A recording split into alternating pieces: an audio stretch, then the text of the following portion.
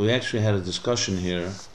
You weren't here, because now we're coming. This is like one long big plot.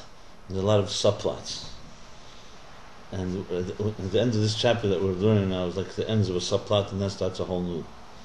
So some said, let's go back and review it more, like summary type of review, so we get the picture. Beautiful. Anyway, so we are up to the beginning of Ayin Beis Volume on page Kaf Samach Aleph, 461. It's the introduction before chapter 228 in Ayin Beis. Today is Yudalit of. Okay.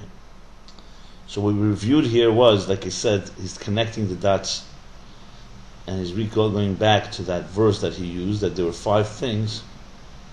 He asked a whole bunch of questions about this verse. What does Amen mean? The 2 different interpretations. Does Amen mean that it's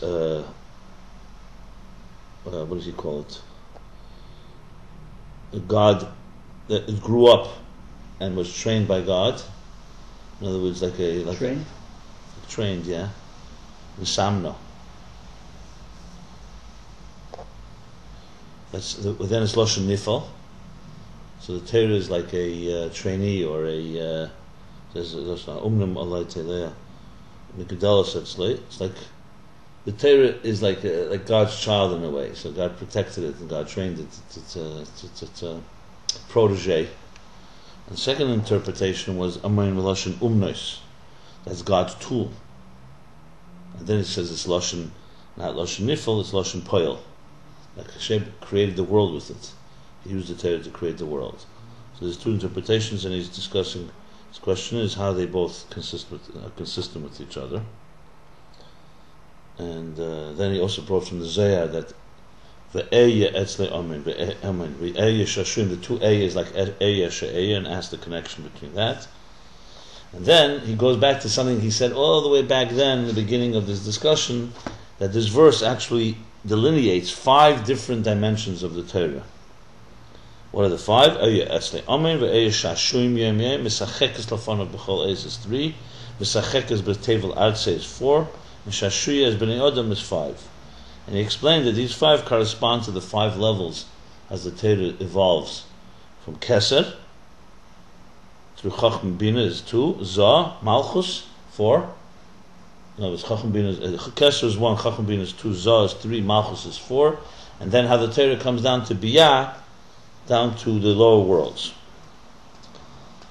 So they're all levels of pleasure, the pleasure of Torah. I'm now turning the page, Tov Samach Beis. I'm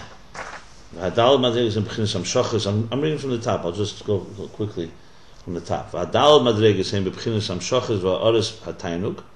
The first 4 levels. I'm sorry, the lower 4 levels are how the Tainug, Atzmi, the essential Tainug, the pleasure of Torah, comes down through Hamshachas transmitted and reflections. Even the essential Shashuyim, like the king, when he's all by himself, there are things he has pleasure from, when no one else is around. In other words, there's a pleasure that each of us has, that's just pleasure with you and yourself. Then there's pleasure you have with other people. You can have a party, you have your children, you have other things that you enjoy, you learn with others. But there's a Shushim Ba'atzmei. The Torah is both levels. The Torah is Hashem's pleasure, because it's a reflection of Hashem's will, Ratzon, and so on. And then the Torah comes and is expressed to the rest of us. The Eibishter gave us this gift. So think of it like a king who gave a gift of the thing that gives him most pleasure, he shared with everybody. So it's a big thing. And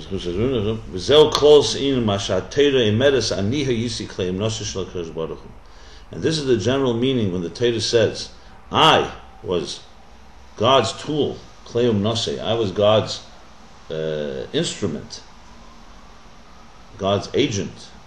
The Torah is saying, I am the God's instrument, which means I draw down the shashuim ha'atzmim, the essential and fundamental pleasures, b'chol hamadreges ishtalshus, through all the levels of ishtalshus.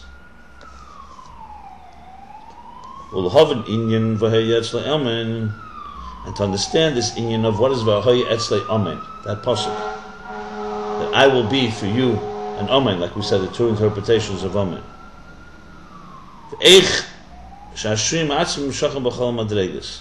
And to also understand how these fundamental shashuyim are like pleasures, delights, how these delights are drawn into all the levels. Yesh lahagdim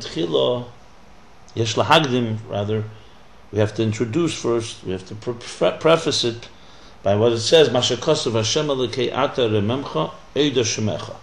He's going back to the pasuk, if you remember, that he's been discussing the Pella, I'm just going back myself, Kuf, what would say, Kuf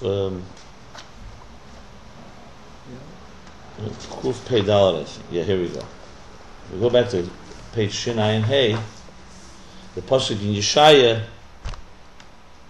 just to refresh the pasuk, Hashem Elokei Ata, that God, you are our God, Adememcha, that we exalt. Like he said, this is how the whole Esospheres are elevated into Kesed. Oida Shmecha, I acknowledge your name, Ki Asisa Pella, because you have done wonders. Eitzis Merachik, Amuna Uman, that's the pasuk. So he's going back now, and then the discussion of the pasuk was so far that the Pella of Chachma comes down to the Aleph of Chachma. Yeah. So now he's going back here and going back to now where we're learning. So to understand this whole thing and how the pleasures come down, we'll understand it by learning by with this pasuk Hashem Elokei Ata Rememcha Isa B'Zohar. This is the Zohar that has been citing the whole time. The Kisur V'Levusha. You know the Isa B'Zohar Pasha Bo Daf Kuf Tzadik Gimel Amud Beis. See, so if you go back there, he brings that Zohar also. Same page. Third line. See, Kuf Tzadik Gimel. Why? Because clearly he's refreshing us to reconnect to what he was learning earlier. The Hashem Elokei Ata. What is Hashem Elokei Ata? Kol Esospheres Datzilis. The three words Hashem Elokei Ata encompass all the 10 spheres of Atzilus. How does it work? Havaya Elokim Elokei. Havaya Elokei. The first two words is Chachma Bina, and Ata Hu Chesed U'Malchus. So that way it includes everything from the top spheres to the bottom spheres.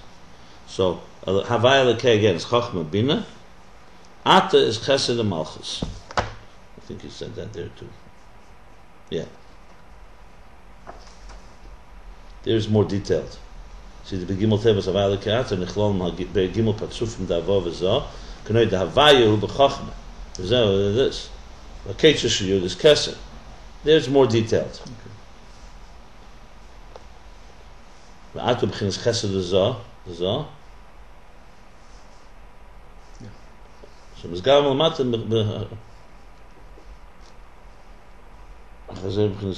okay. Yeah. There's a whole detail, that's the whole thing. Okay. So going back here, Rememcha, you God, Hashem Elokei Ata, you Chachma Bina, Chesed, Malchus, Rememcha Shetzrichim L'Reimim, Klolos Eishtalshus Ba'atzmes Ein Sof. So the pasuk is referring to Hashem Elokei Ata. That's the level of the spheres. Arememcha need to be elevated. L'reimim to elevate them, to lift them. Reimim is more than just lift; it's to exalt them. The atzmus ein sof.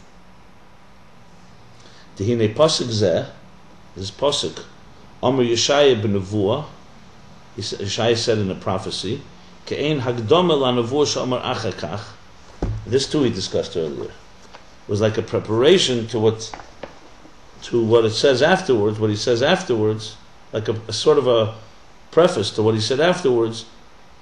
V'samta me'ir legal, which means that you turn the city into a into a gal.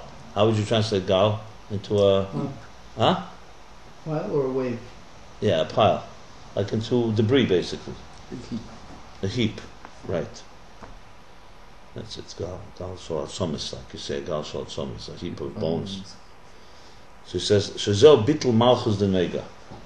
That's referring to the Bittel, the annihilation, the eradication of Klippa, of Malchus of Klippa, of Nega. This too he discussed earlier. If you look at the next pair, look at Kuf Pei Hey, the next bottom. In the Parsha Zu, Pasuk Zel, Mishaya, Kein Hagdama, exactly the same words. Amapolas B'chinas Malchus. Kisamtim Legal, Irhu B'chinas Malchus. I mean, everything he's saying here is really a summary of earlier, so I really appreciate it. You have to really go back here. But he's just summarizing it. Okay. Just to show you the flow here. You see, look at this. We're talking here, we're talking close to 100 pages earlier. That's interesting. 90 pages. Okay. So here we have so what's the connection? What's the connection between verse 1 that talks about exalting, elevating the spheres to Atzmos, to destroying and to eradicating the Klippa, the Malchus of Noiga? The answer is in order to be Mavatal, to get rid of completely this Bittul de Nega, the Malchus de Nega, so in other words, to get rid of Klippa, you can't just rely on yesterday's work, on the natural process, because it's there. If the Klippa is there, that means that whatever was done till now is not enough. So you need a new Chodesh, which is a basic rule in life. You know, people in healing, they say, if nothing changes, nothing changes. People want change, but they don't want to do anything about it. So I coined the line, goes like this: if you think what you thought, and you say what you said, and you do what you did, what are you going to have? What you had. So people want to have something new, but they're not changing how they think, they don't change how they say, and they don't change what they do. But they want a result that's different. So if you're like going in a straight line, how do you expect to go here if you don't change something? It's not going to happen. Cause and effect. Mm-hmm. So basically saying for the Klippa to be Bavatal, this Klippa, you need to have a Chodesh. You need something new. Right. The Chodesh from Atzmos that comes, that allows this Ma'atzmos. So that's why there's the connection between the two verses. That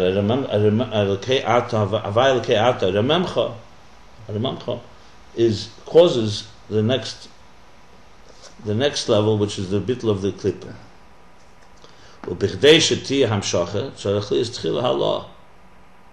In order to bring something down, you first have to go up. You can't draw down, let's say, to a student if you don't go deeper in. The more you have to go down, the more you have to go up, and then you come back. Like this, similar to like the bow and arrow. But there you pull back and you go forward. But here the idea is like you go deeper, higher, in order to go lower. Chassidus gives one example. Let's say when stones fall off, stones fall off a wall, and you haven't seen the fall. You see stones all over the place. The stones that fell furthest, were the highest up on the wall. The stones that are closer to the wall were lower, because they bounced. They had bigger. Because they have, when they come from higher, they go farther. Yeah. So in order for there to be hamshacha, you need first halah. In order to draw down, you need to first go up, elevate. And that's the elevation and the exalting of stage Talshus. You lift it up. All the way up. Then you have the power to bring down a new light that can even be Mavatal the Klippa in the lowest levels. And that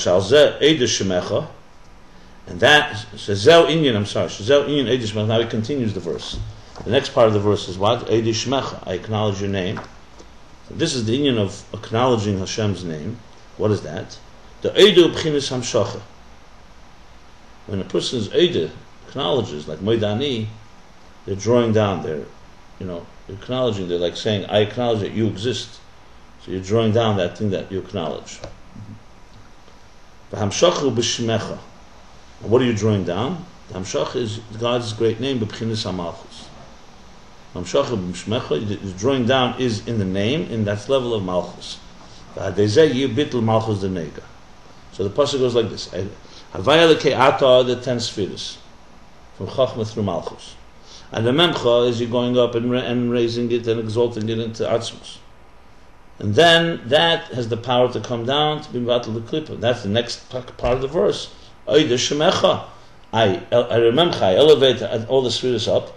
Oida shemecha, I draw it down into Malchus, and that gives the power to be Mevatel the Klippa of Malchus. Malchus the Neiga. And then it continues, the pasuk continues to explain how.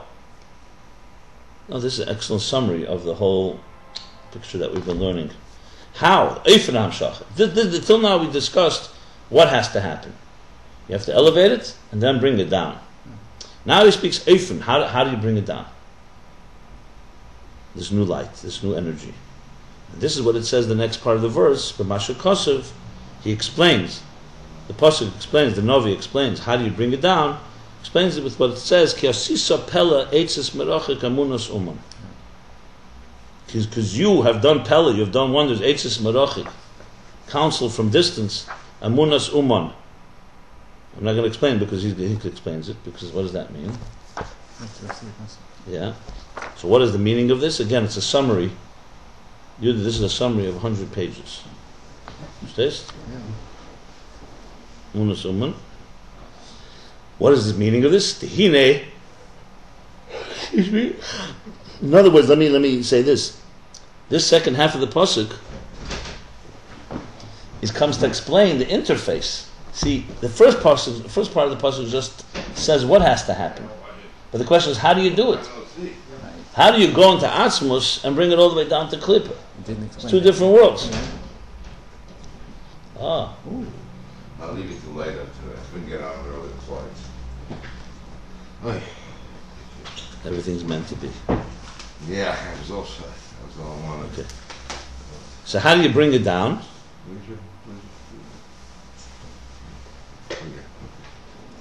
So here's the interface. Now is the interface. You bring it down through in a sisa pella koyab chinas achachma. A sisa pella going on chachma. V'isa b'zayah sham, and the zayah there it says ki sisa pella kisua v'levusha l'slapsha nehura stima dat atika, which we've explained at length. A sisa pella, the zayah says, is referring to chachma, which is a kisui levush, a cover and a garment that manifests nahir stima, the secret, the hidden light of atika. In other words, it's referring to how Chachma goes up. Goes up in relation to Keser. And it conceals the light of Keser. It becomes like a kisui to it, a concealer. Think of it like the sun has its cover.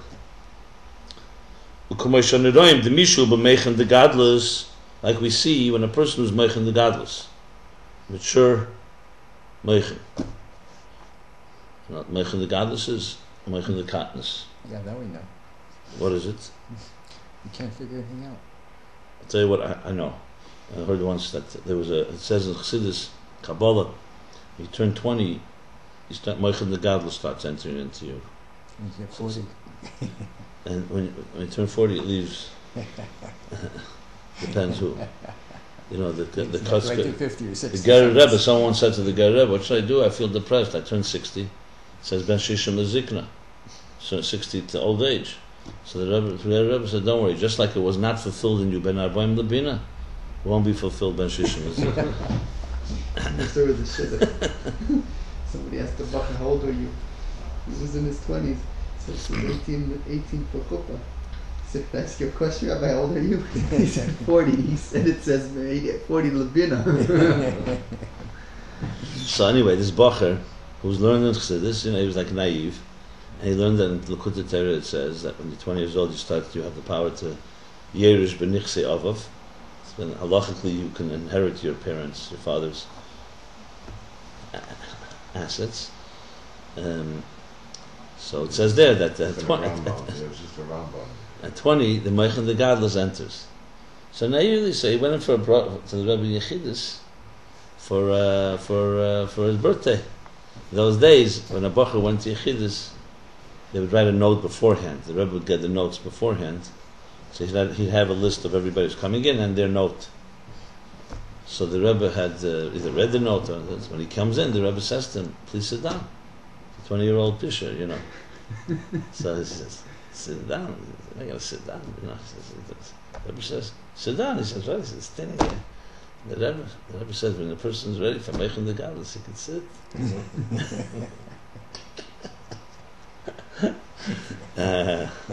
Anyway, Meichen the Gadlus. It really did happen? Yeah. And the boy understood? Yeah. That much he understood. I mean, did I always did that at 20? I guess not everybody asked for Meichen the Gadlus. Oh, he's what he asked for? Yeah. He asked for like he said that he should be Mequim and Meichen the Gadlus. Oh, I don't know. Did you mention that? And it's not. I didn't mention. Okay, it could be. He wrote about the Meichen the Gadlus. Yeah. Look, that was a lesson in itself. They say Shlomo Karlbach, and it's not. I heard this from a reliable source. Tavshin Tess. Friedrich Rebbe was very sharp. The Rebbe was also sharp, but Friedrich Rebbe was particularly. They say Shlomo Karlbach went to the Friedrich Rebbe. He was how old was he in 1949? He was 69. 69? He was 1949. How old was Shlomo Karlbach in 1949? He was a teenager. He was like a 20 maybe. Anyway, so he wrote a bracha to the Friedrich Rebbe that he should brace yourself to the answer to this one. He wrote a pan that he should become very world famous and use his musical talent to spread Yiddishkeit in the world. The Friedrich Rebbe looked at the pan and said to him,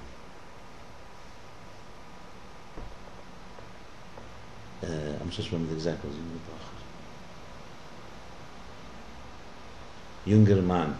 Young man, das sich noch nicht angeheben arbeiten auf sich.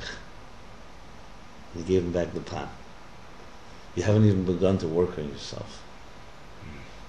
That was what he said to him. It was like devastating to him. Some say that was his break. That's what Friedrich Rebbe says. Young man, you haven't even begun to work on yourself. You're asking me for anyway. Interesting, huh? Yeah. He wants the Rebbe's bracha for it, so Sure.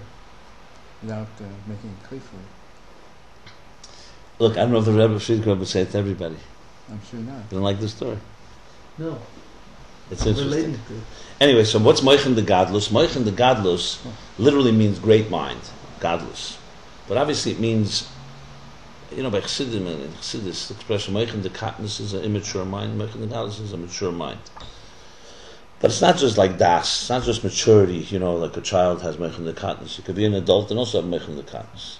Meichen the Gadlus is often used as an example of a person who can tolerate others, other opinions, even though they're opposite his. That's a sign of Meichen the Gadlus, because his mind is expansive. You can hear a different opinion. A person who has Meichen the Katnus is someone that understands his way and doesn't really tolerate other approaches.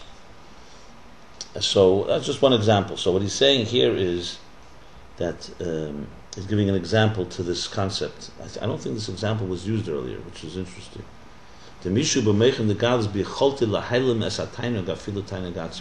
Actually, he did say it. My mistake. Now I remember. A person who has Meichen the Gadlus, one of the things he's able to do is able to conceal the pleasure that he's having from the wisdom that he's gaining. Even Tainug Atzmi, even the deepest, the essential Tainug. V'zel mipnei sha'chachma hu Tainug be'etzem. It's a good thing to conceal such pleasure? No, at times. That's not necessarily. He's just saying that he has the power to do so. I guess it's good in order to transmit, probably. I mean, I have to go back. I don't remember why one... There was a reason why one would conceal it. Well, I could just use a small example. I can't say we had Meichen the Gadlus, but when we would listen to the Rebbe by Farbrengen, and he said something like mind-blowing, There was no way that you could, if you what's the word, relished it, not relished, there's a word, Got emotional. like, You were, what do you mean? what's another word for relish? If you, Sure. more than enjoy, like if you, Excited. it would disturb the ability to continue to hear and listen to it, because more about your excitement, you understand, your pleasure. So it's That's not critical. about disguising. That's about stopping to be excited and pleasurable. No, but it is, because I'll tell you what it is, because you did absorb it, you did take it in, but you did not let yourself, there's no indulging in it. But that's a different thing. Not indulging in it. No. So if someone looked at this person, Right, but that's they would not see that's any. a consequence of not indulging it. But I mean, that to me is an example of concealing the tainug. Why not? Definitely it's concealing. Sure. I mean, But what do you mean concealing? We're not talking about concealing, hiding it in a closet. We're talking about concealing there, that even though it's. It's not noticeable on you. Okay, but that's a, we were that's thinking a about secondary. the That's a inside out. secondary effect. So what would you call concealing the tainug? I don't know. That's what makes it. No, I just gave an example. I don't think it's. I think that results in it. I don't think it's that. I don't think We it's were that. thinking, see, I don't think it's that at all. Concealing the tainig would mean keeping the tainig at the same time concealing it, and this way you. No, here you also keep it. You're not because keeping it because you're not. No, you'll be able to tomorrow. You'll be able to retrieve it any second. Okay, you retrieve it, but you don't have it. That's what's called conceal. That it's there, but you don't see it. I mean, Other people. Okay. in other words, it seemed like the Maimer was talking that it wasn't volitional. You Whatever. were saying about the concealment was volitional, and milking the godless, it sounded like it would just automatically be concealed because of the greatness of the wisdom. I don't know if it's automatic. That's why I'm looking up where he discussed it earlier. Where was it about tainug and chachma? That was where Hoffensachem Torah Tunnel was way back there. I don't remember where that was. No, I remember here Messiah the tainug. It was the whole thing where chachma becomes tainug. Oh, okay. What perik is that? Oh, here it is. Okay, got it. Aleph, yeah. Perik Kuf Tzadik Beis. Just want to see how he says it there. 1 second.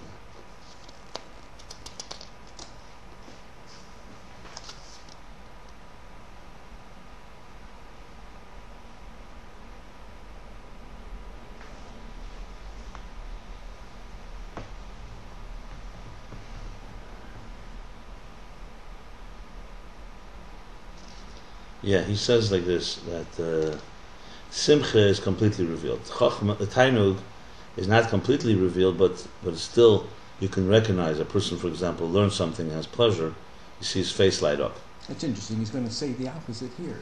Hold on, let me just see. You know where we are. Chachma Sadam Ter Panov, like you said, right? I'm just reading before. So Panov, his face lights up from the gili of a new seichel, like that. And every tainug has that type of effect on a person. Okay. So just like a negative thing, like tsar, pain or anxiety, you can see in a person whose face falls. It calls it fallen face. Same thing, pleasure you could also see in the face. I'm just trying. But a person who has a very strong cheicha chachma, he has the power to conceal in himself this tainug. Like for example, when you tell somebody a very good piece of news that causes him tremendous, awesome pleasure, that mamish touches his etzem. For example, the greatness of covet, something covet, or he made a lot of money, or a pleasure of seichel, of a very deep seichel. He's even using physical type of things. He has the power to conceal that no one should even tell. You look at him, you can't tell that Poker anything face. happened. Yeah. Oh, it's like a guy. It's a good example. When a guy's playing poker and he's dealt 4 aces, part of the game is to conceal it. Okay. That's an example of it. V'yesh adam she'em keicha. Then there's a person who doesn't have such a seichel chazak and can't control himself. That's meichen de katnus. But when you have meichen, when you have the meichen de gadlus, you can conceal. He says you conceal everything that's appropriate to conceal and should conceal. Cool. No, it's not like just that a blanket. Other things you should. Why should if a person has a simcha or a deep pleasure, it's not always. It's not a mitzvah to conceal it. Well, but if you have a misfortune about the goal lane, You want to conceal it from people. You don't want people to be. Okay. The V'yesh leimer lefisha keich ha'chachma, and the reason for this is, he explains, because how does the chachma have that? How do you have that power? 1 second. He says here because chachma is a form of a tfisa and a keli, and Tainug doesn't have any keli.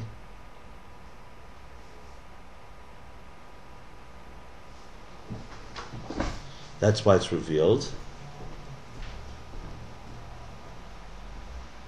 But because Chachma has some form of keli, some form of container, some shape and form, even on its highest level, it has the power to hold, conceal, and cover up on the pleasure.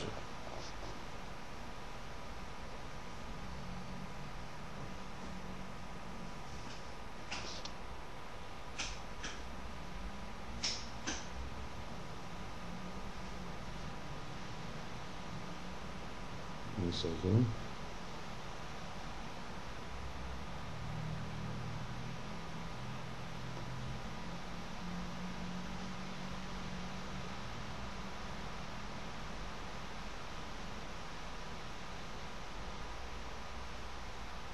But no, we normally we access Tainug through Chachma Tzimor. So Chachma Tzimor has a keli. Yeah, okay, so here, that's the first step. Then he goes on and says that really the premise is because Chachma is Tainug. That's why it has the power to conceal Tainug. Because something that's not Lefierach cannot conceal. That's what he says there. We receive Tainug through Chachma. We've been learning that. Right, I'm just, yeah, right, exactly. That's how we get to Atik, through Chachma Tzimor, and it's something that's revealed to us. Right. So anyway, so to sum up, I just wanted to see what he said earlier. This is what we see. A person who has moichem legadlus has the power to conceal the tainug, even tainug as uzel pnei shachachme he tainug be'etzem mahusa. That's the second level. What I just read was the first simpler explanation, that because chachma is a keli, it has the power to conceal. But deeper, he says that for something, basically the rule he says there is for something to conceal another thing, they have to be in the same world. Like for example, you can't say that closing the door is going to conceal chachma. Wisdom is everywhere. You can say if I close the door, the light won't go out or the air conditioning won't go out. But you can't. One thing that's not like a gashmizdika thing can't conceal a ruchnizdika thing. You need a ruchnizdika thing to conceal a ruchnizdika thing. Why do we open somebody will pass through? Why do we open the windows then? No, I mean there's symbolism. Look, obviously, it's only symbol. It's not about. It's not real. It's in Shama leaves and you can't. Well, no, there's an element. Everything's ishtalshlos. Maybe I'm not sure. Now let me explain. Let me explain. When a neshama comes into a body, there's no question the body conceals the neshama. But there's no question that you need to have something in ruchnis that allows the neshama to be concealed. Because, you could think of it this way. If there was no sunglasses, the sun would just shine and that's it. So there's no question that there has to be a tzimtzum in the neshama level for it to fit into the body. Then the body conceals it further. That's what and what he's saying here is that Chachma has still out of the league. There's still Gashmis and Ruchnis. That's the funny thing is. But no, what he's saying, what he said earlier is that Chachma has to be in the same league as Tainug for it to be able to even conceal. Because if it's not, Tainug is just so overwhelming. It doesn't. Chachma has power. It could be Gashmis and Ruchnis. That could be. Yeah, I just gave an example. It's my example, not necessarily a perfect example, to be honest. Okay, so basic, but then it goes even further. The thing that we were all talking about, that you were struggling with, which is why is American Megadol stuff covered? Because if a person has, let's say, gets a piece of news, think of a child. You give a child a gift. There's no way the child's controlling his pleasure. You need to have very strong meichen to so-called withhold or suppress the great pleasure that comes, because pleasure is a very powerful force and it naturally would express itself. So chachma, you need a chazak, you need a strong, this is really volitional then. It's not just automatic. As a person with greater chachma, his tainuk is more transformed into wisdom, so he has less. No, that's not what he says here. Okay. No. Okay. I just said like a child. Why is a child not able to control his tainuk? Because he has no wisdom. Because he has no meichen system. Meichen is is the ability to contain something. That's You know, funny because now then we're saying that Tainig is transformed into Chachma. Very Right, good. right. And we say that normally a Kli doesn't cover over all the Ashpo. And here we're saying even though it's not the Indian transformation, we're saying there's a power in Meichel which is able to conceal the wisdom, which Lahore goes back to our To conceal the Tainug. conceal the Tainug. Lahore goes back to the scenario where a lower level Kli can't conceal a higher level Kohen. And now No, but he said earlier, if you go back earlier, he said because Atik and Tainug doesn't have a Kli, that's why he can do it. See, That's Tainug what doesn't Shon- have a Kli, Tainig doesn't, so but that's what Chachma it does shows. have a Kli. Yes, Okay, so but no. See, I still don't see how that works. If Tainig doesn't have a Kli, then there's nothing contained it. It's got to show. that's not correct. The Chachma is, like he says here, Chachma is Tainug, That's Be'etzem right. Uhusa. So in order, So you therefore it have has the power to. to, then you have to go back and say because it transforms it. That's why it can happen. I transform. I don't even relate to the word. I don't even know how you get there. Why transform? It's why you have to Tainig transform? turns into Chachma. Chachma is Tainug, and like you with the example from the house. Yeah. You have pleasure building a house, and Chachma is the way that pleasure manifests in this world. You don't call it transformation. No, but you can still. It's not transformation. It's how Tainug implements. It's implementation. It's execution. Okay, so that's better. Then. Okay. So anyways, even so, it implements in such a scenario that the greater mind can cover it. Oh, I have to think. No, about the it. great mind could cover it. Doesn't have to cover it. I understand. You could have Tiny Begal, even a Meichen the Galus could have Tiny Begal. He's just using it as an example to show that how the connection of that how close Meichen and Tiny are. Remember, it's all about the interface. You want Meichen to be a channel that connects to Tiny.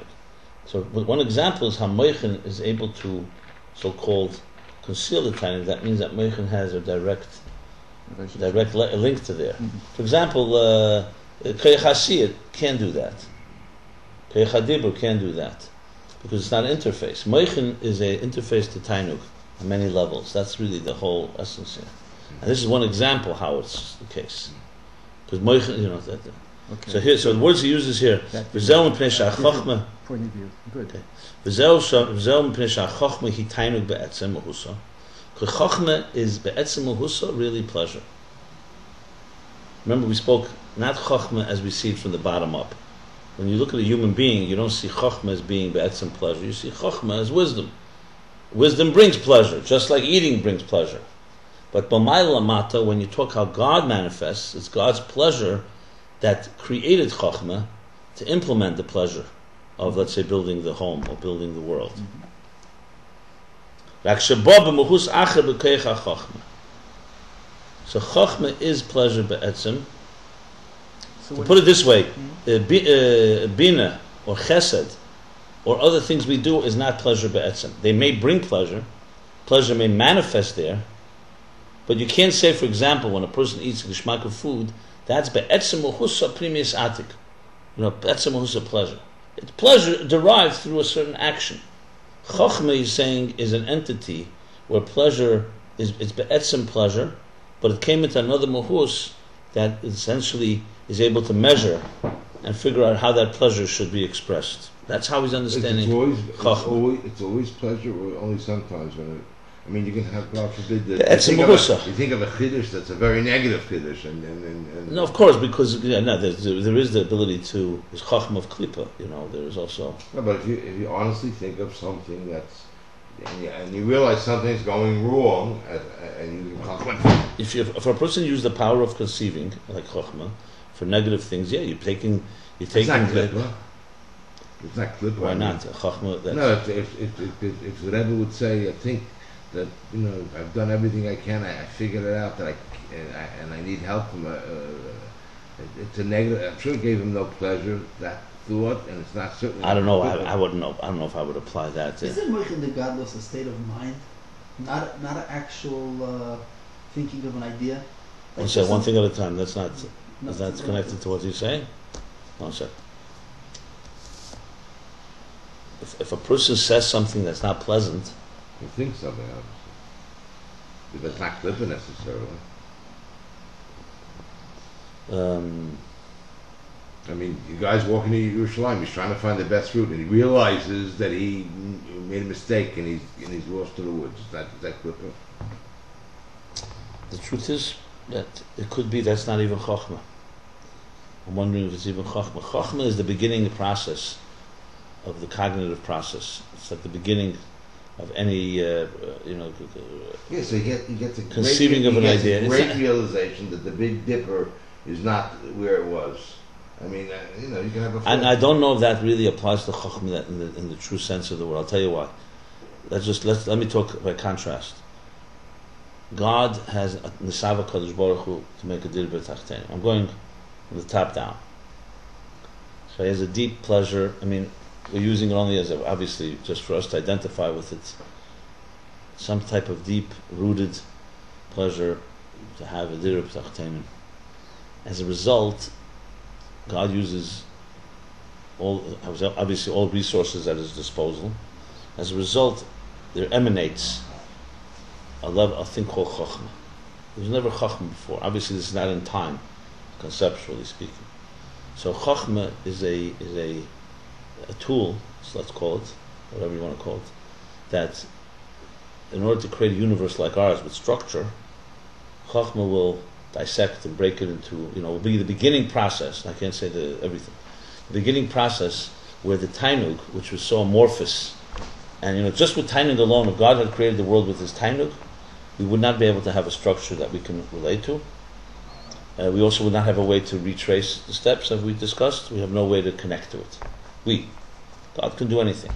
So the Tainug necessitated some type of tool, plan. What's the word for tool? Klei umnes. That's by Torah he used it. Okay. So from that perspective, Chochmah has never been seen before. There's a whole new entity. That's why I'm trying to apply it to what you're asking me. You're asking me more from Mamat. I'll get there. I'm just working it through as we discuss it.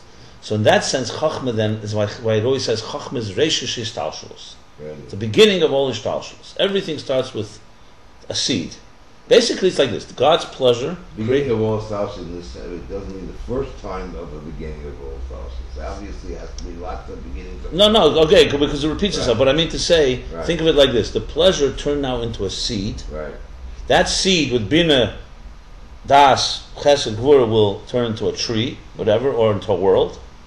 Yeah. I'm saying that's the process. That's really how he's explaining the whole. That's what he's talking about here. Okay. So now let's when we conceive, obviously it's a whole different world. We're not creating the sense, but so I don't identify so much. Even though you're right technically that a person could have a chokhmah, a realization or a new conception about something that's unpleasant, but the more appropriate example, what he's saying here would be that you have now a pleasure to build a home for your son or for yourself. That pleasure will turn into a seed of an idea, which will then fleshed out and ultimately build a structure. That would be that's called the seamless muscle for this. How you apply it now to Chachma in other areas like conceiving, like you're saying, realizations and conceiving, I don't really know, to be honest. I have to think it through. This I know. This is so far we're starting with. So their take could be that it's not really that type. Remember, it doesn't say when you say primis abba, primis atik, that Chachma is really pleasure, like you're saying here. It doesn't say that every Chachma that a person has in his life is be'etzem mahus pleasure. Mm-hmm. So it could very well be that we're using Chachma being the process, and it's not lavdafka. It's going to the deepest pleasure. Always starting with. It's like only starting with tiny. So there might be. In other words, you could start with Chachma and technically not really have a very essential tainug there. For example, I'm just thinking, a guy's in business. He's hired to come up with ideas, and then so he sits and works up that tinkers, comes up with a new program, and so on. Yes, it'll give him pleasure. It'll give other people pleasure. I don't know if that would go into the category that your essential pleasure of your neshama manifested through the creation of an algorithm called Google. In other words, one could lead to pleasure, but we have to find a model, one that starts with pleasure. That's why I'm saying here the model is definitely the one that comes from the etzem into chachma, as opposed to just any creative process. I mean, I'm thinking out loud here and trying to dissect it. I'm almost sure that's why I would understand Pshat. Because you see it all the time. There are people coming up with all kinds of great chokhmah. Facebook was a brilliant chokhmah. And they have No, but that leads to pleasure. But it doesn't mean. But doesn't mean the etzem haneshama. Give me a chokhmah that we can have that starts without tainuk. I didn't even know one. No. There's always tainuk. For example, the tainuk to make money, the tainuk to the success, to get. That's a taiva. That's a rotzon. An honor. I mean, that's a rotzon. But it's not. That's what this way. Even if it is a tainuk, it's definitely not the tainuk be'etzem hanefesh to let's say connect. But how does a tainuk, in human terms, if we have a tainuk, how does that bring chokhmah? I don't even understand it. You can understand it for the. I keep giving the same example.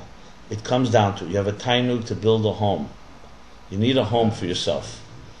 A tainug to have a beautiful home. That tainug forces, if you're going to implement it, some plan. So the plan has no basis without the tainug. You wouldn't do it. Oh, you picture yourself in a nice home. That's a tainug. That brings you down. And that brings you to sit down and say, "Here's what kind of home do I want?"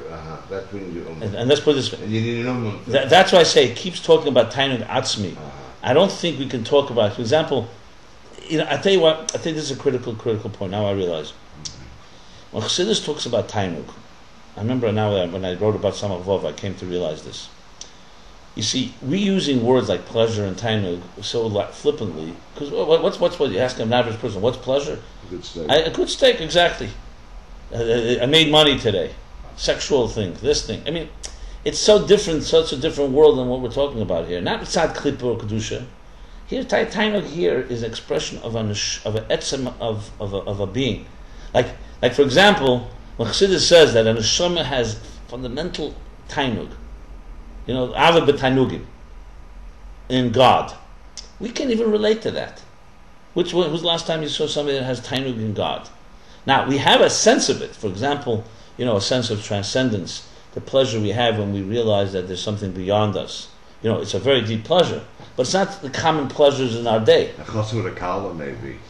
Yeah. Under the chuppah, the tainug and the Rebbe once, what's his name, Isaac Humler, said that if Shlomo Melech had seen a Rebbe and a Chassid, he wouldn't have used in Shir HaShirim the mashal of a husband and wife.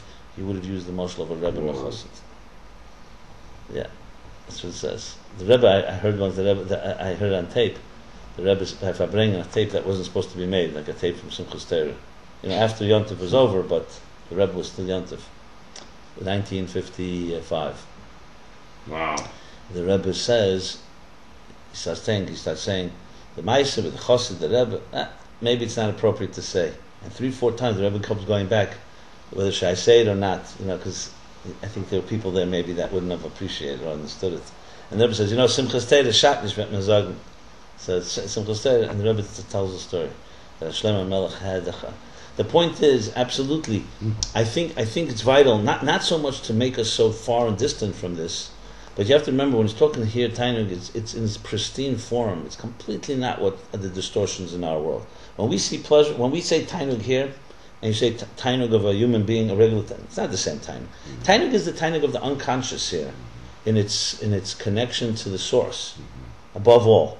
Once it goes through, remember this is Keser of Atzilus. Tainug of Atzilus. We're not talking about tainug of Asiya, and Asiya Gashmis and Chumris. Yeah. This is tainug in its pure form. It's like, without any. That's what we have this tainug with probably 90% clipper.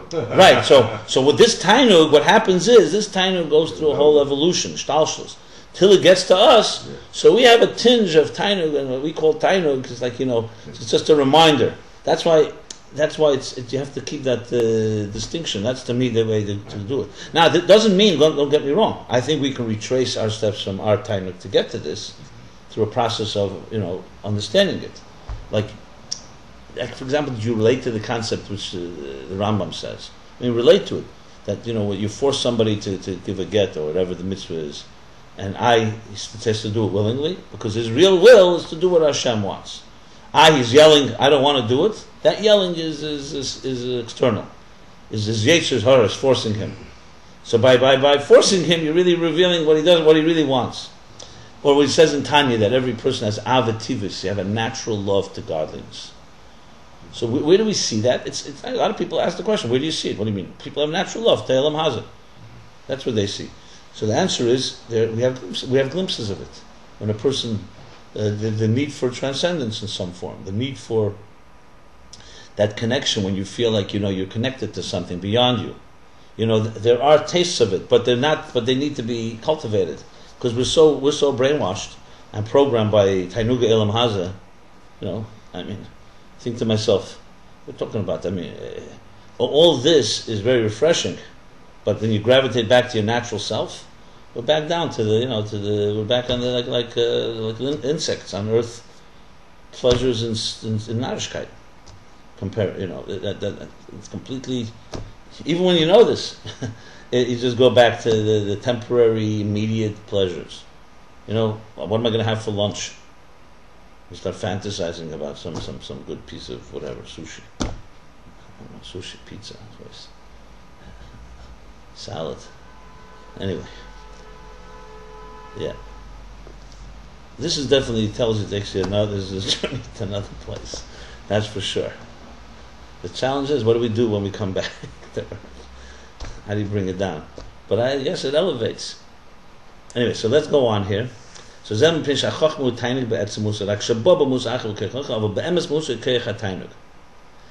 Chochmah is b'muhut etzem musa is pleasure, but the pleasure took on a shape of another muhus called Chochmah. Al Kain, that's why yesh b'keich Chochmah lahaylam es ala tainug. This is deep, very deep stuff here. That's why Chochmah has the power to conceal the tainug. See, it's very profound, because you could argue Meichen de Gadlus is like a very powerful, like you said, will in the mind. So if you want to conceal, you got a great piece of news, and naturally you would just smile, and you come home and nobody sees a poker face, as you said. So that's Meichen de Gadlus. He's going deeper than that. He's saying because Meichen is really tainug, that's why he can conceal it.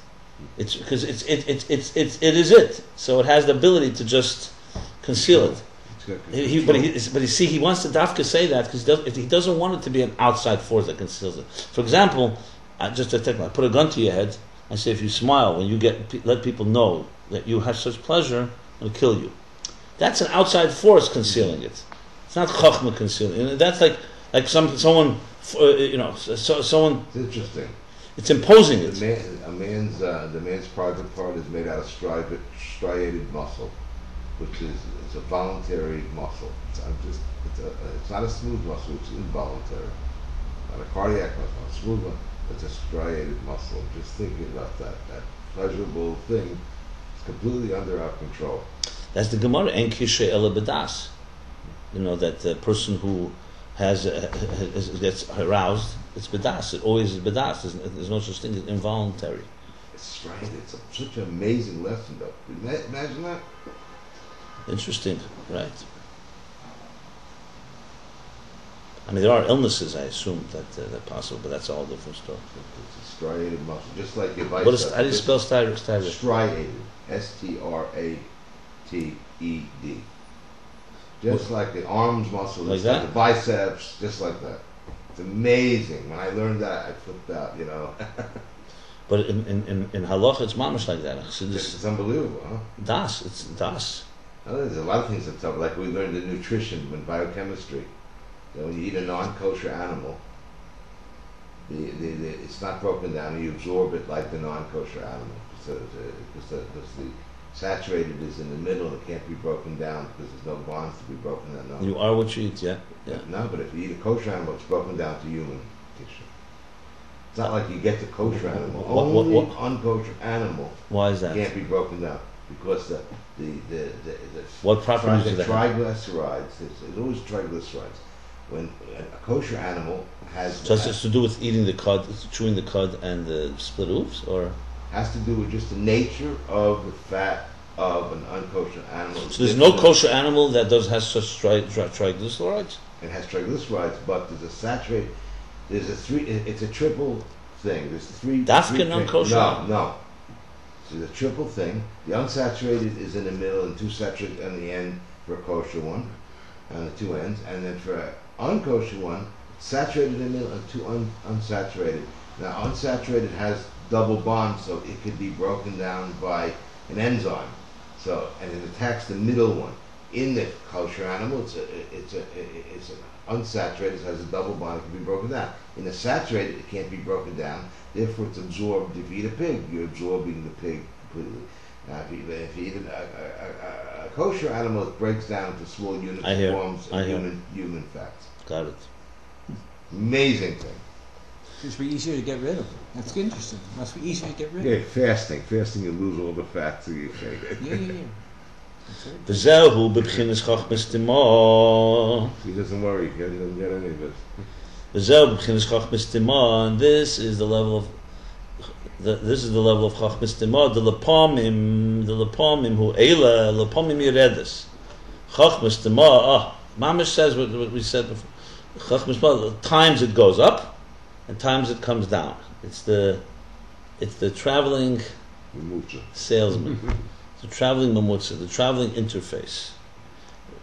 V'hainu de lepamim mesalemes. Sometimes it gets concealed.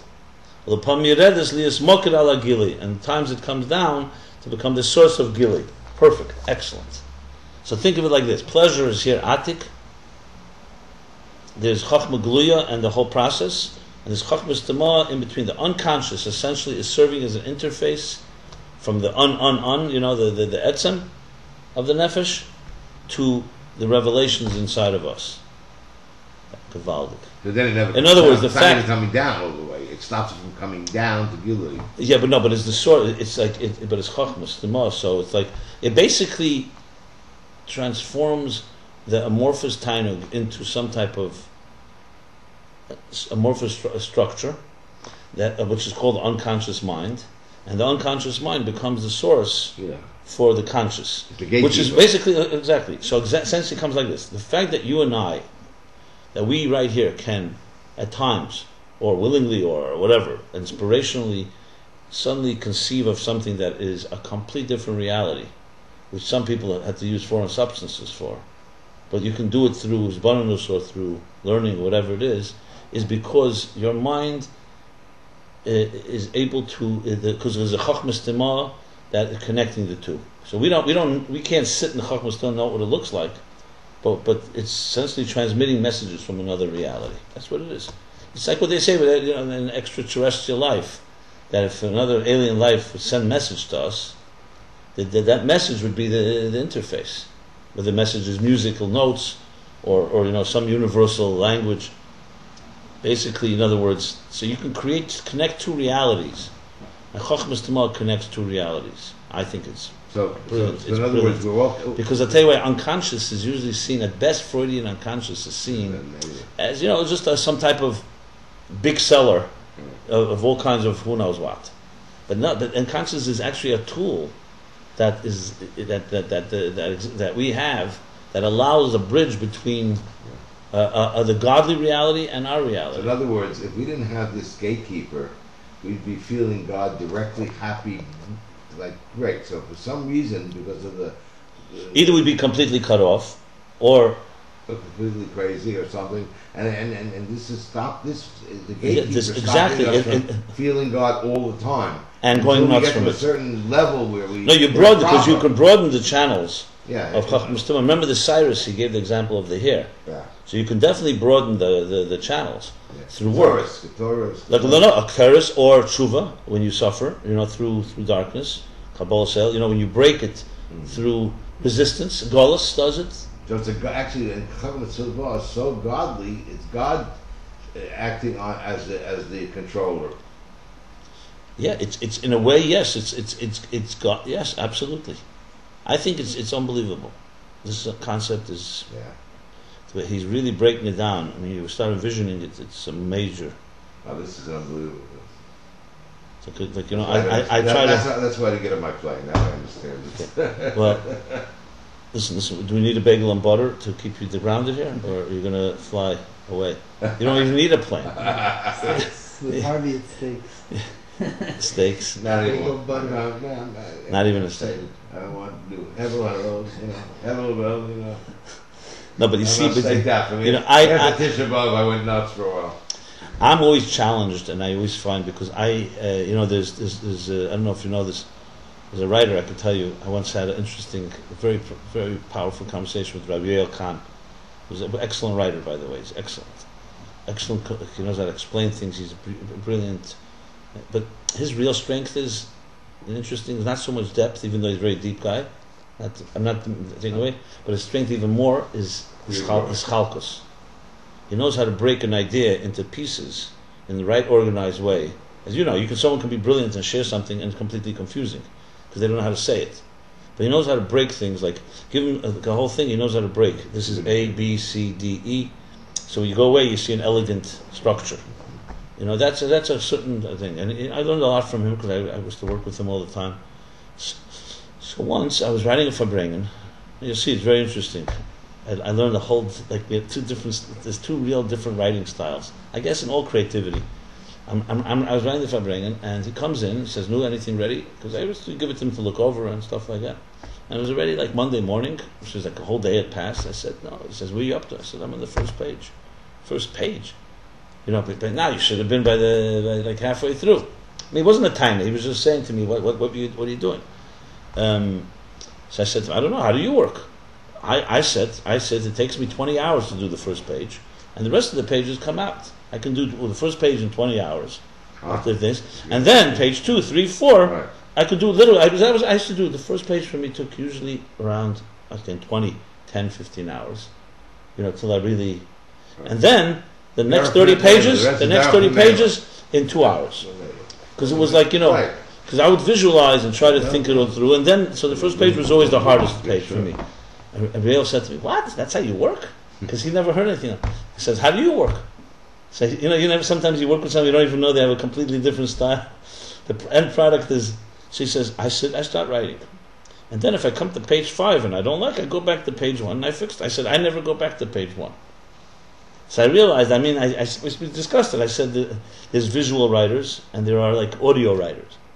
Like since it says that when you look at something, you see the whole picture. You don't see the details. You see the whole picture. And then later you break it down in details, you can study it. When you hear something, there's no picture. You hear it piece by piece. You hear someone says, "This is what I saw, this is this, and this, and this," and you piece it together. So Chassidus says, which is deeper? So obviously Riyah is more emes. Right away, you see something, seeing is believing. But in appreciating, integrating is hearing.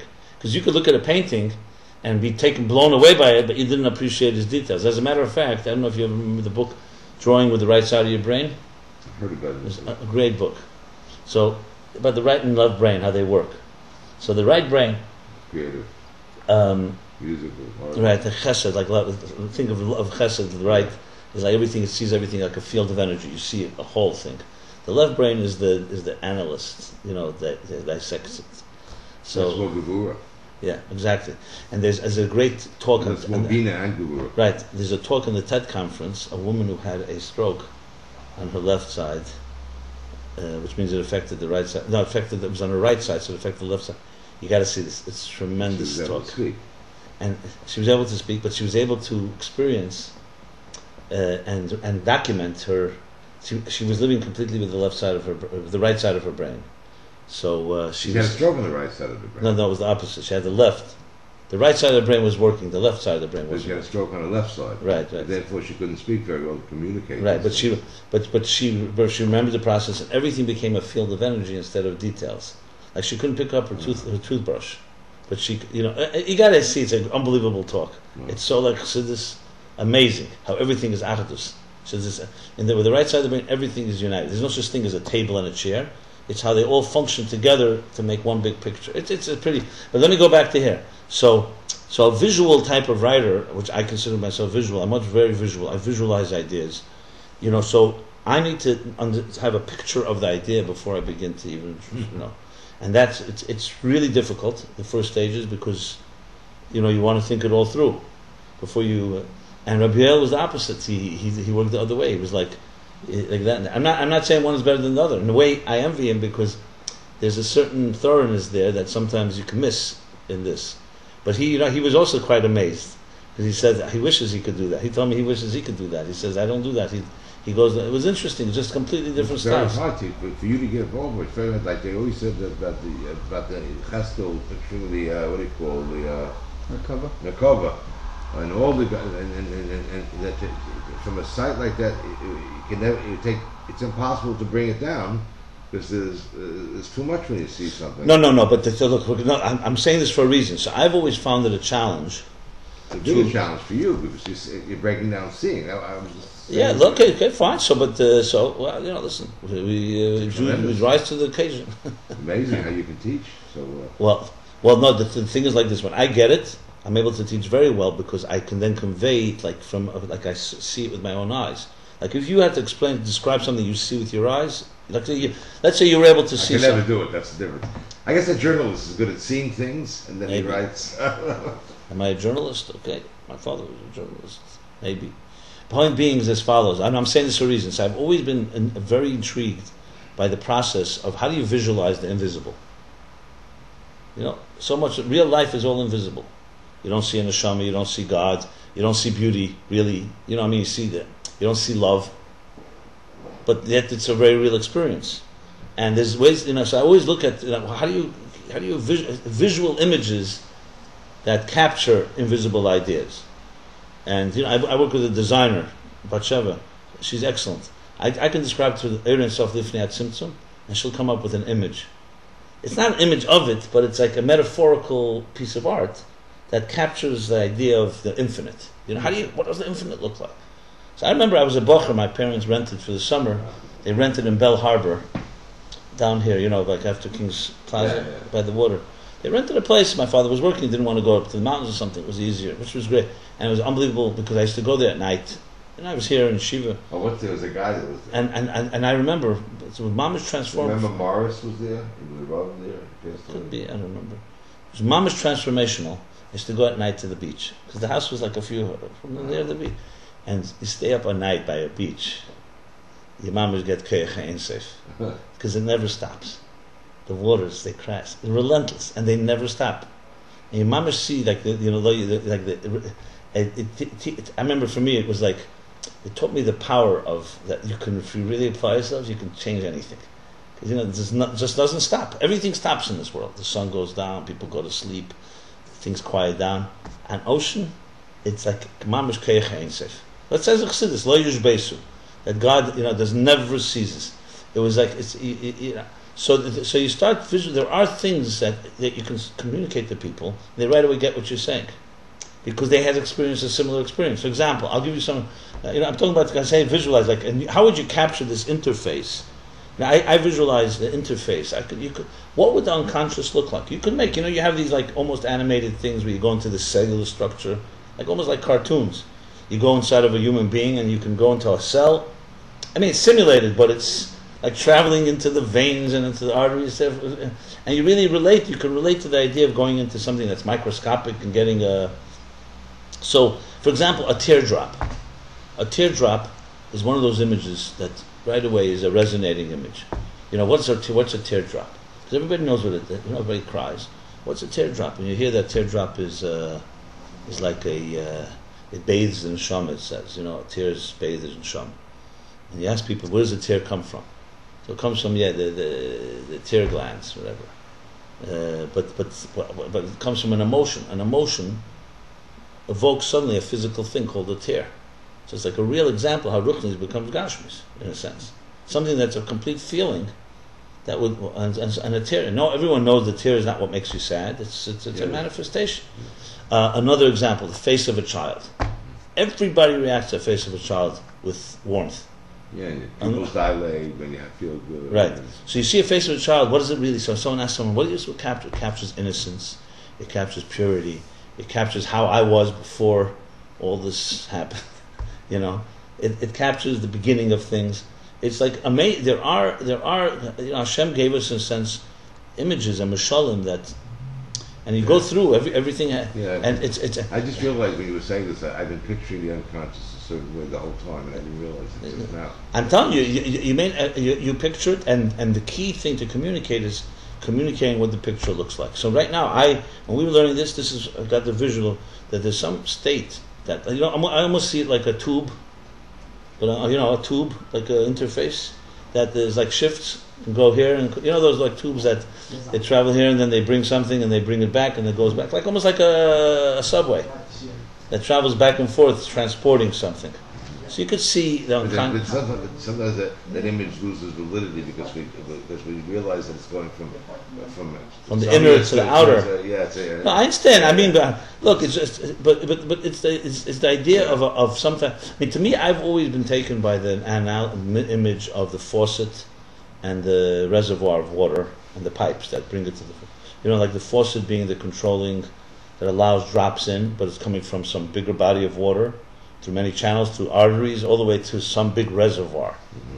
And if that breaks down, obviously you either have madness, or right, or some other mental illness, or you have the other opposite. If it closes down, you have nothing coming. Right. So it's like just plain, exactly. So it's fascinating, and that's really what I think these pages have been conveying is, what does this interface look like? It's not we still have many stages, but that's why he's so committed here to Chochmah and Tainung being so connected, because if not, you lose that connection. The Chochmah, that the unconscious mind comes to the conscious mind is easier to understand.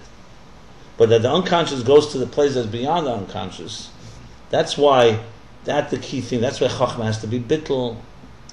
Makes a lot of sense. In other words, if Chochmah came into us as if we knew where it was coming from, and we wouldn't say, hey, what was that? Like a flash, it would lose its connection to the deeper sense. In other words, the fact that it comes like a spark, like you say, hey, wow, what was that? Where did that come from? Type of idea. Like, where did it fall down from? You say, like, where did that idea fall in from? The idea that you sense that it fell from somewhere is itself a sense of Pella, that it connects to. There's no bina. There's no bina in the unconscious. It's just all Chochmah. So Chochmah just. No, there is definitely bina on the unconscious, but there's bina in Arya Chanatik, but bina is not the interface. I understand. Bina is you have an interface, but so besides going up and down and going in and out, it does stuff inside the unconscious. Does that mean it goes into bina and this and that? I don't know. Inside the unconscious. The truth is, it's just like not doing anything. It's just stopping or not stopping, or going and taking. But if it's not going and taking, it must be doing something. No. Because the fascinating. I hear what you're saying. The fascinating thing is that we would like to see. I was just in the hospital last night. My son had his baby boy. Mazel tov. Right after we finished Ayin Beis, 8:43. Wow. Friday. So so the baby's in the hospital. So you had a Shalom Zach. It was there. It was all in the city. I was here. Well, but the real Shalom Zach is by the baby anyway. It's not a real. And my son was there. My wife was. Everyone was there. So. Where were hospital? Beth Israel. They're okay. It's a very good hospital. Very very pleasant there. Is everybody's alright? Yeah, everybody's great. The child is small because it's like 3 weeks earlier. They induced it because whatever, but 6 pounds. Less. But that's right. Everything is. I was 3 pounds 7 ounces. Don't worry about it. My lunch is now 3 pounds 7 ounces. That explains it all. Zakat and God. But the point I'm making here is that I'm watching this baby, which is us, in just the microcosm. A miracle, unbelievable. Every time, we take for granted. We're all walking around on this earth. Is your first grandchild? No, third. My daughter has 2 children. Both had to be a grandparent. They say you don't count grandchildren, but 3 is still countable. Someone, the Rebbe said to my grandfather said. Rabbi said, Mazel Tov. So my grandfather said, it's my 12th grandchild. The Rabbi says, yeah, that's what to say. He said. I don't know. Somebody asked me, I don't know what to say, so I say I have a football team. And say Yerbu, can Yerbu say? Can you say you have a football team if you have 11 or a basketball team? If you have You say we're working on like someone says to me, I'm working on my second million. The first million didn't go that well. Yeah. We're not that different. Me and him. He's working on his. I'm working on my first billion. He's working on a second billion. Right. Exactly. So I'm watching. You watch this baby. It's like, what a miracle! It's unbelievable. I mean, the things that need to go right. It's unbelievable. It's just impossible to deny. It's amazing. You see a chicken coming out of an egg. I mean. No, absolutely. But then also this comes from your seed, from your stomach. It's like it's just beyond words, and No, but I was saying something. So you always envision the stage. How did a seed, sperm, fertilize an egg, and suddenly here we are? Okay, not suddenly. It took some time, but let's speed up the process. What that interface? Let's put it this way: between that and that is almost impossible to envision. I mean, we know. Yeah, the seed fertilizes the egg. Something happens. Cells start splitting. Blah blah blah. Fine, that's the process. But like you want to go like inside. What's going on here? Where did the life force come from? Fine. So I'm trying to say is that I think maybe the hardest part to really envision here is how did that tainug, the first moment it meets chachmas temaga, in the deepest pnimis chachmas temah, what happens right there? That is like I think the you need another interface. That's really the real. No, I'm sure, and no, I'm not saying you can't. That's why you really have to learn this. I would go back every step of the way. If you want to know something, it has to be an interface. For sure, of course. But I'm saying probably going back and learning those chapters because that's really what it comes down. Because he definitely elaborates here on that. This doesn't leave that for our imagination. It just needs to be really appreciated because it's a place that we don't really see. We have to like envision it. But where primus tainug meets chachma, and then begins the process. Again, like I said earlier, we go backwards, so it's hard for us. We don't even think like it. We don't think from the top down. We think from the bottom up.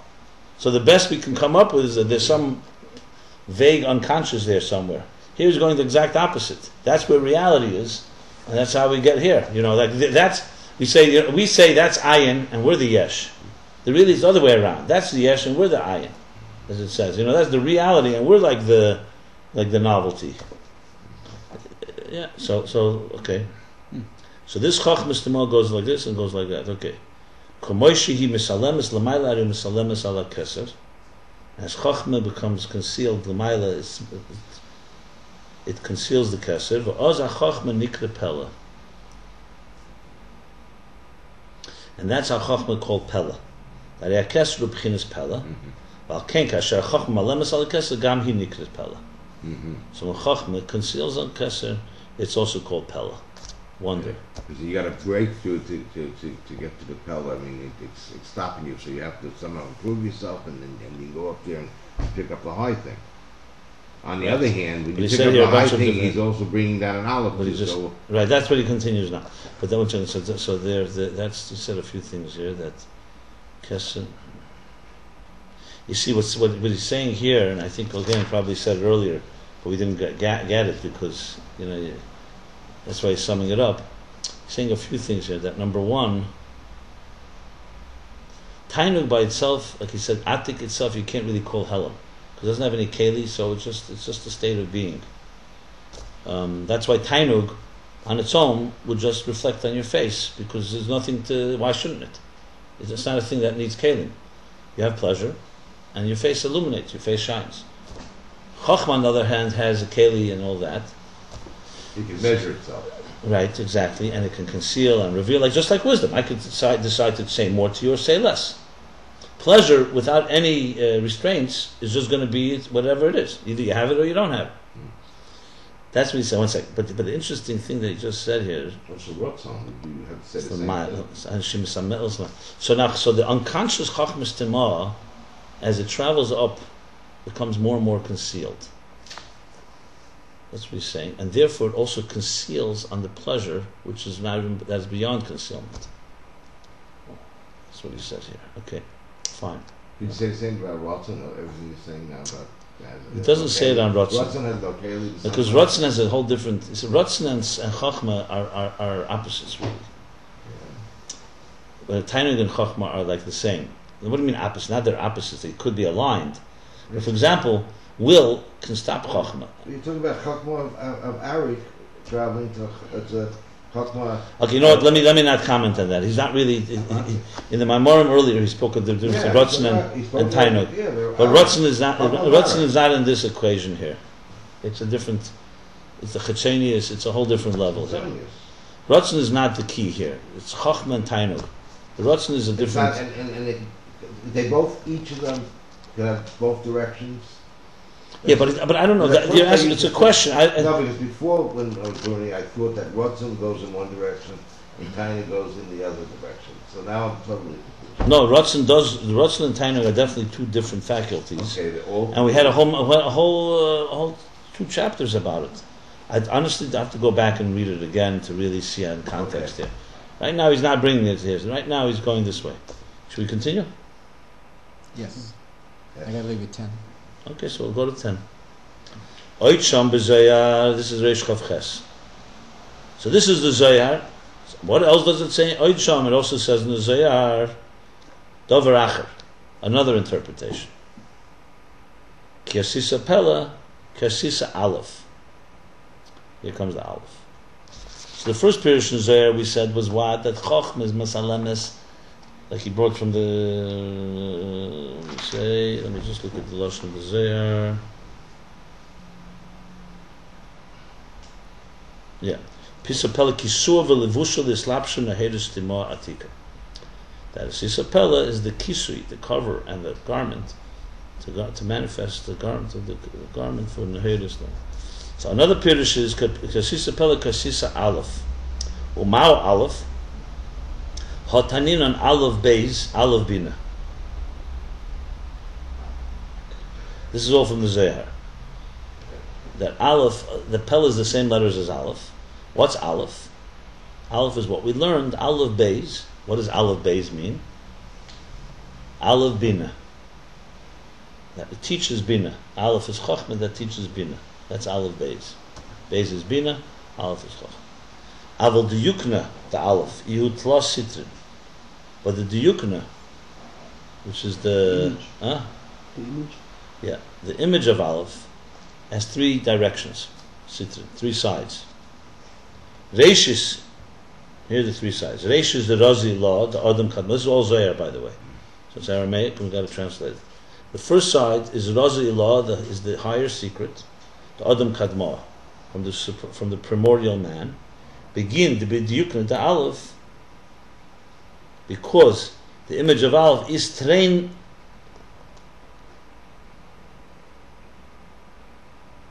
The royin has 2 like arms. Chad mikan, one from one side, v'chad mikan, one from the other. V'gufa b'mtziusa, and the body inside, and body in middle. V'kula raza chada, and they're all part of one secret, one mystery. This is all the Zohar. I'll explain in a moment. Let me just finish reading. Or begin kach, and therefore, aleph chushbon echad. That's why aleph it's gematria. Is 1. Aleph is number 1. V'hainu kiasisa pella, and that is kiasisa pella, the making of the pella. Adkan. That's the Zohar. He's going to explain it. Let me just say it again. Aleph. Aleph is aleph beis. The image of aleph is 3 sides. There's the right side, the left side. So basically, aleph looks like, that's the 3 things. Aleph is made up of 3 lines. It has a middle line, has a right and a left. That's it. That's Aleph. The image, the shape of aleph is three images. Yeah, it says it like in Hayayim. It says that there's the pintel lamayla, pintel lamata. There's the line in the middle, and there's the above and below. Reish is the Razi law, the Adam Kadmah. I interpret it wrong. Reish is the beginning of the higher mystery. And that's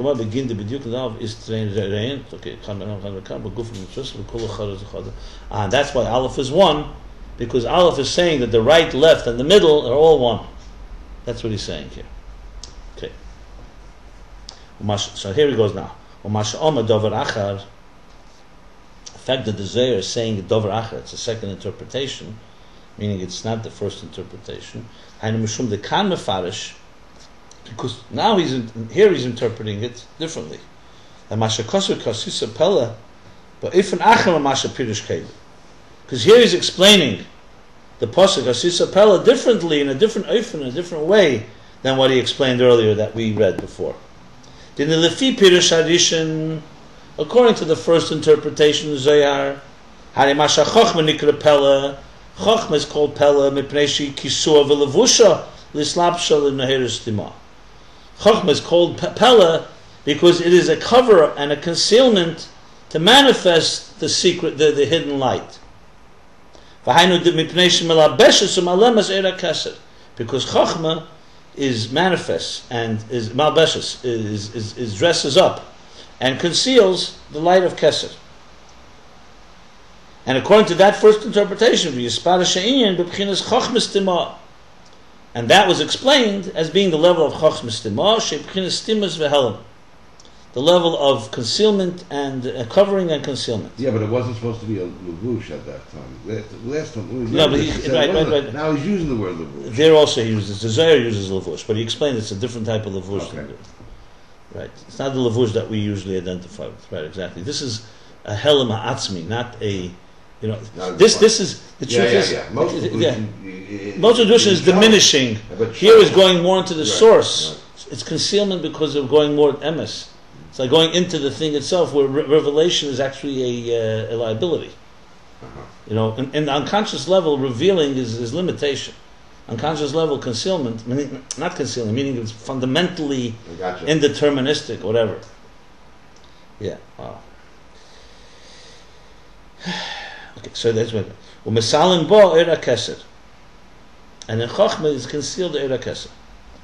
That's the first interpretation. In that interpretation, it wasn't talking about Chochmah on its own. The other Chochmah tzad atzmei b'chinas gilui. Chochmah on its own is really a gilui. Like it says, Alefcha Chochmah. What means Alefcha Chochmah? She b'chinas ulfun of a limud. The pasuk says Alefcha Chochmah. Chochmah teaches. Chochmah by definition is a teacher, not a concealer. And it goes to the Bina. Ulfun of a limud and b'chinas agili. That's revelation.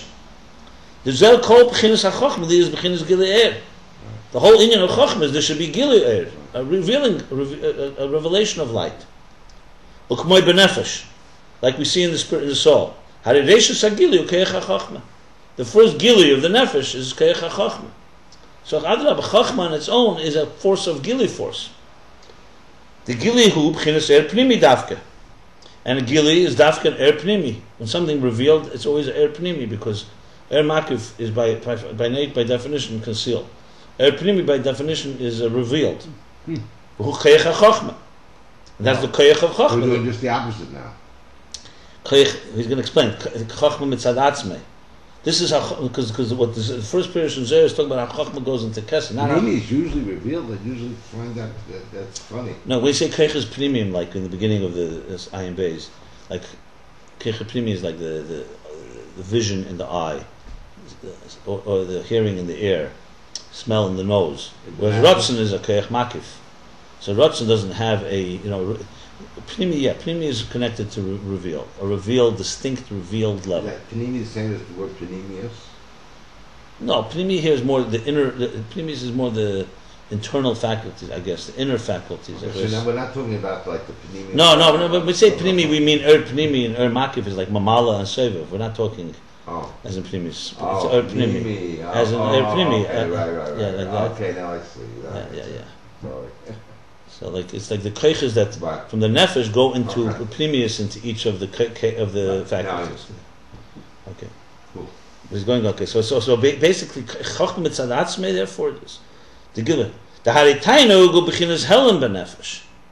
Pleasure is more of a level of helen benefesh. Ukiyadua hefesh ben tainug l'simcha. As we know, the difference between tainug and simcha, I actually talked about it earlier.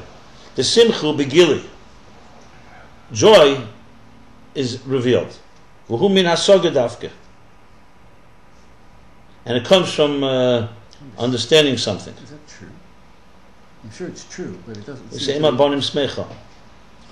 No, he's not talking about the simcha of a chasen or something. The sog is, let's say, anyway, that's what he says here. Okay, so that's what we were talking about before. That's the pleasure caused by Chachma, and the other one is the pre-Chachma pleasure. I wouldn't jump yet. I'm not sure what he's going to say. I'm waiting for the drama to unfold here. Avol tainugu behelam, but pleasure is more concealed. For example, in halacha, it's pashut. Yom Tov is connected more to Simcha, Shabbos is more to tainug, even though they both have each. But the mitzvah of Hanachas Chanas Sarchim is much more Yom Tov beikar. Not that you don't have the mitzvah, but because Yom Tov is Simcha, and there's no such thing as a Simcha alone. Tainug you can have alone. You can sit and learn, and nobody's there, and you have pleasure. You can't have simcha alone. That's basically That's funny. simcha is with others. Why not? Well, let's define simcha. Simcha is as I said. So I don't know if simcha, the word happy is the right word. It's celebrating. It's more simcha is by definition a simcha with a gili of. You can't party by yourself. You can come home and sing, and you're in a good mood. Yeah. Yeah, but that would be more. First of all, be limited. There's not 100% more simcha with others. Limited, unlimited, but it's still simcha. No, maybe that's tainug. Just because you're singing and this doesn't mean it's a simcha. Tainug is you have enjoyment. Listen, they're not mutually These are exclusive. defining. When you're dancing at your son's Defining wedding or those. your daughter's wedding, you're having simcha, you're having tainug. The answer is you have both, obviously. Of course. Not just that. Simcha. We're not talking about simcha as like just. It's a He's combination. defining simcha as Simcha is a giludika is generally a revealed celebration of something. That's why the mitzvah says, the Rambam says these words, that you can't have simcha alone. That's why you have to have Orchim Yom Tov, because Orchim is celebrating with others. It's basically what he says. So it's like a meal, a festive meal. Yeah, of course you could sit alone and have some simcha, but it's not, it's going to be very limited. You can have simcha with your wife, but you have to have others. Maybe that's.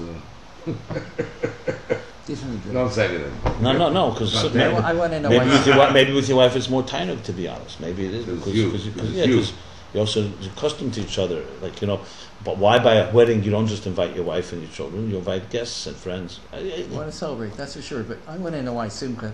He says simcha is tainug. I mean, simcha is. Hasaga dafka. Saga, yeah. It doesn't elaborate here. In other places, the samach to samach from the Rebbe Rashab, Tafresh Nun Zayin, there goes the whole arichas. Simcha is usually aim habonim smecha. Bina brings simcha. Chachma brings tainug. Yeah. Like for example, when you conceive of an idea, you have pleasure from it. Wonderful. But the real simcha is when it's fleshed out and developed into a whole concept. But yet timing is higher. Tainug is higher usually than simcha, and it's let's suffice it. I don't know. Timing is attic. Is there a level that's called simcha? Bina. Oh, that's bina. Yeah. Uh-huh. Aim habonim smecha. The mother of the children is simcha is always bina, and tainug is chochma and attic. Right. Here we're not talking about kli, because neither simcha nor No. tainug have kli. Yeah. I know that. So simcha. Let's continue. Let's see where he's leading to. Maybe we understood it a little better. Okay. Ava tainug behelam. Tainug is more concealed. Because it's so deep. The bottom line is simcha is an expression outward. That's just define it as such. Tainug is not outward necessarily. It can be internal. You can sit alone and just have some inner pleasures. Because tainug is gala. How does a isa aliyah The v'silik? Abishta can't have simcha. You can only have timing. No, of course the Abishta could have He's simcha. alone. So maybe that's when he has simcha. He needs us. Needs I mean, you have to find expressions. The Abishta has simcha. Zman simcha seinu. Yeah, well, we have simcha sukkos. It says also Hashem has simcha. Yeah. Okay. Well, okay. Let me just finish the few lines here. Because Tainug Mizgala has a Esa Aliyah v'Silik Ba'Keiches. When Tainug gets revealed, it causes an Aliyah and Silik. All the Keiches, Yeah? all the Keiches, It's not functioning, basically. basically, right. It causes all the Keiches to go to. Stop functioning. It doesn't say stop functioning. It says more Aliyah v'Siluk. Aliyah means the Keiches go up, and Siluk means like they recede. Silik is Recede. is Simcha means Seed in this case probably recede. recede or recede. Recede. Recede, they go away. Recede. Yeah, they Yeah, go. they go away. Siluk. Siluk is like a contract. Contraction. Yeah. Sometimes silik means gili. Siluk is like a stalkus. Yeah. It's like leaving. Stalkus good to be. The zel gam betainug hameshe v'sanefesh. Okay, it is going into a newer thing here. If you want to. What page is this, by the way? At the bottom of 462. Okay. Tov Samach Beis. And at the end of this chapter, he begins a whole new subplot. So I would definitely. Are you going to be on the computer this week so I can get it afterwards? Because I don't want to get The it. problem is 4 o'clock in the morning. I'll be here's the culprit. I'm recording everything, but the Zalmi told me there is a difficulty getting the recording into Ustream. So we have it, but so it's there for posterity. Why don't you bring your computer? Well, I didn't want to bring it now with the rain. But you can't do it in this computer what he does with his. I could technically, I could, Why not? Why not? Go on and do it. I'm just talking about you. because I never set it up, and I depend on these experts here. Master. Thank you. So what? Can you set up his computer so Yehuda doesn't have to bring his computer in just to do it Yehuda's computer? Yeah, we could do a Ustream from here. I'm going this afternoon. I have a feeling that if we reset, it will stop it. Can you make his